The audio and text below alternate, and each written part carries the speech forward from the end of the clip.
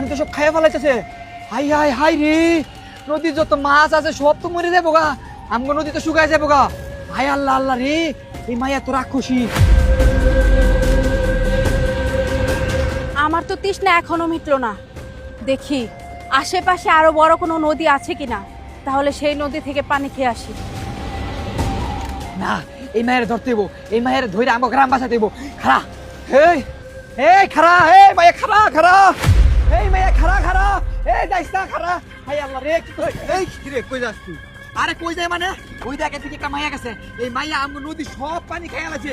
ওই দেখ মাছগুলো লাফাইতেছে কেমনে, একটুও পানি নাই। একটা মাইয়া দিতে গেছে দেখছ, এই মাইয়াটা দেখলাম সব পানি খাইয়া ফেলাতেছে। আমি তো তখন ভয় কিছু কই নাই, কিন্তু এই পানি যদি না ফিরায় আমগো গ্রামের মানুষ সব মরে যাবো গা। তুই কি দেখছিস এই মাইয়া কই গেছে? মায়া তো এদিকে গেছে। হাই সর্বনাশ, মাছ দিয়ে সব লাফাইতাছে। এটা যদি মরে যায় তাহলে আমরা খাবো কি? হ হ, চল এই মায়ের ধরতে হইব, চল চল চল, তাড়াতাড়ি আয় তাড়াতাড়ি আয়।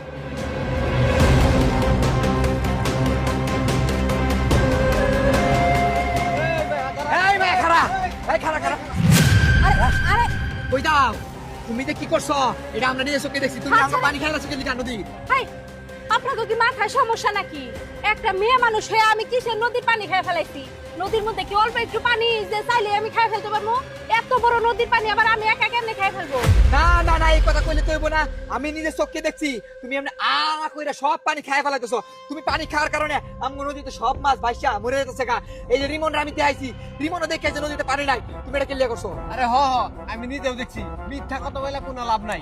একদম বেশি কথা কবি না, আমার যাইতে দে। এই কি যাচ্ছে খানা? এই রিমন, গ্রামের লোক ডাক দে, ওরে বাইন্দা রাখ দিব।